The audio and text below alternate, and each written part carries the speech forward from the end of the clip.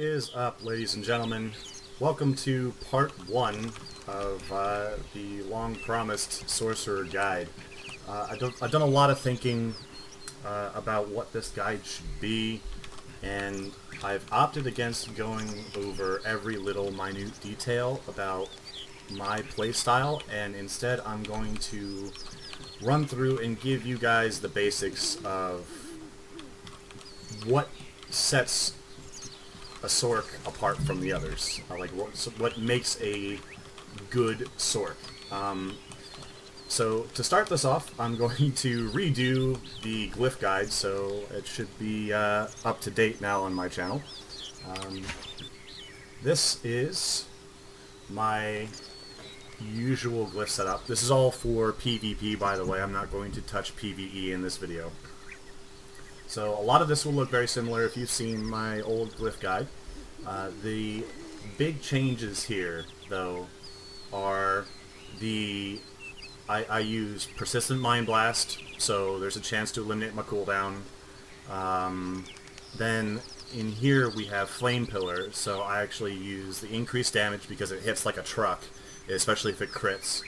And I also run the Blazing Flame Pillar, and a lot of you may be saying, oh, well, fools, if the person has enough attack speed or a good enough ping, they can get out of the stagger before you cast Lightning Trap, and yes, that is true. However, you can use it in other ways, and I'll go over that later. Let's see, what else has changed? I run Blazing Mana Siphon. This isn't really necessary for anything, it's just kind of like a 2-point filler. I do use Mana Siphon in some of my combos and rotations, so it is nice to have a quick cast Flame Barrage after. And then the other big change is, instead of just having your Energetic Warp Barrier for the decreased cooldown, Lingering is also very important. Let's see. So yeah, that pretty much covers the. This is the universal glyph page. If you're facing a class or you're in threes where there's healing involved or they have a lot of regen, I prefer this glyph page. And the only change here is I've taken out the Empowered Flame Pillar and just replaced it with the Hindering Burning Breath for the healing reduction. And that's really it. I'm down to 54 points, so I couldn't get a perfect 55, but you need this for heals. And if you're... Okay, so I wasn't going to show you guys this page, but if you're feeling really cocky and you remember the old crit combo, I do run this page just for the Arcane Pulse, the Keen Arcane Pulse. I might go over that combo just for shits and giggles, but for now, that's here. Okay, so, moving along, I'm going to go over etchings and crystals. So, this is what I've been using most commonly and recently. I run full crit, crit Innerwear, crit Zerks, and then for my Nivets, you do 3 Relentless, and then 1 Grieving Nivet, so when someone attacks you, you get some mana back. This is not necessary if you're fully charmed and everything, and your mana regen is good. You can just replace that with a 4th Relentless. But if you're doing 3s, or you're not charmed, or you're dueling without being BM, then you're going to want to run Grieving Nivets. For your weapon, these are a little bit different because they're all blues, but you definitely want to run Carving. You want your Forceful for the power for attacking behind. You want Crit, increases the crit power when you're attacking from behind, and then let's see, where is... I have a lot combined here, but I run The Swift Niviet, there you have some. You can interchange this. You have some options, especially if you have combined blues. With the combo that I will be going over in a later video, it's advantageous to run the increased crit power after knocking down an opponent. Some of you may have seen my other videos and how I knock down my opponents after silencing them, and after my Flame Pillar Void Pulse silence combo. This just helps give them a little bit of extra damage. If mana is a big issue for you, you can replace that with a Salivating Niviet, just so you can get a little bit of mana back as you attack.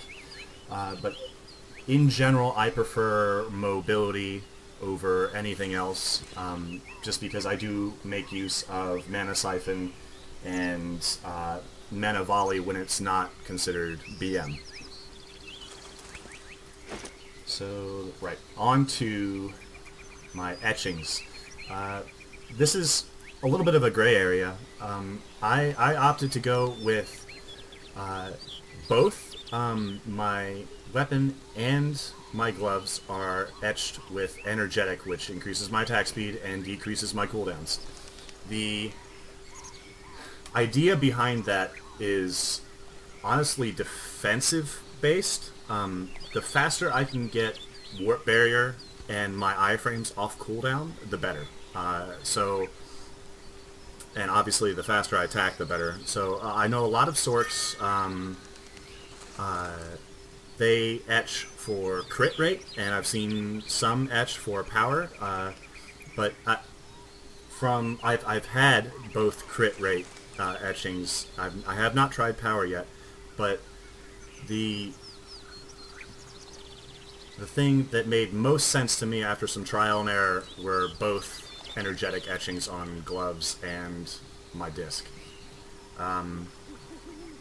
As for your chest and boots, I went with both unyielding etchings, so you want your crit resist as high as possible, just because you are very squishy, and if you are crit, you're, depending on their gear, you're pretty dead. So this helps your survivability a little bit. And let's see. Okay, I guess I'll go over rolls too in this video. For your weapon, you want crit factor, PvP damage, and then you also want your 6.9% increased damage from behind. Those are all key. The decreased skill cooldown is the one you do not necessarily need and could exchange for the attack speed roll. So you either want to decrease your cooldowns or increase your attack speed for your weapon rolls. And let's see. Same pretty much follows for all of your gear. So this is my gloves.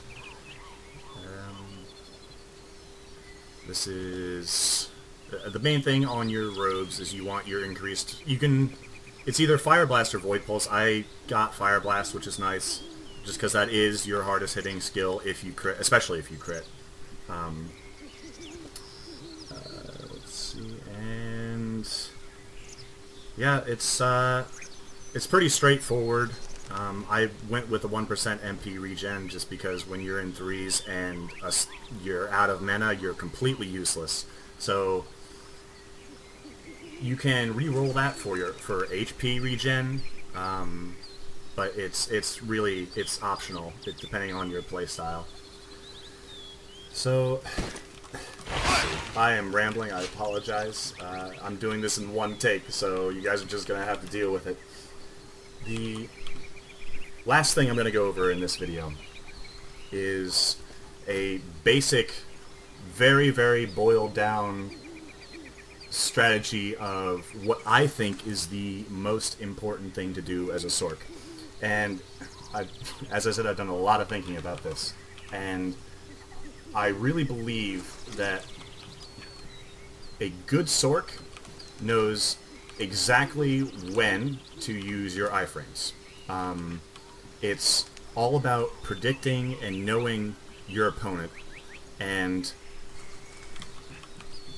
really waiting for them to try to be aggressive on you and countering them with an iframe. So Warp Barrier is, in my opinion, it is the most important and beneficial skill a Sorc has in their arsenal. This lovely skill can get you out of so much trouble, and just it gets you out of a jam, or can also be used very aggressively, which I will go over in a later video. And then obviously your backstep and your teleport jaunt are just as essential. And I guess technically your victory pose is also an iframe, but yeah. So yeah, my suggestion to you, if you are a Sorc and you're watching this video, is to make sure Warp Barrier is on a key that you can hit very quickly, and you practice predicting an oncoming attack with it and then hitting it as fast as you can. This is done, honestly, find a dueling partner, keep dueling them, and just learn how to turn their aggression into your win with Warp Barrier. So use your iframes wisely, and I will talk to you guys in the next video, and I believe I'm going to go over basic combos or starters in the next video, and I will probably have a featured friend of mine on the video. So until then, guys, thank you very much for watching, and I will see you guys later.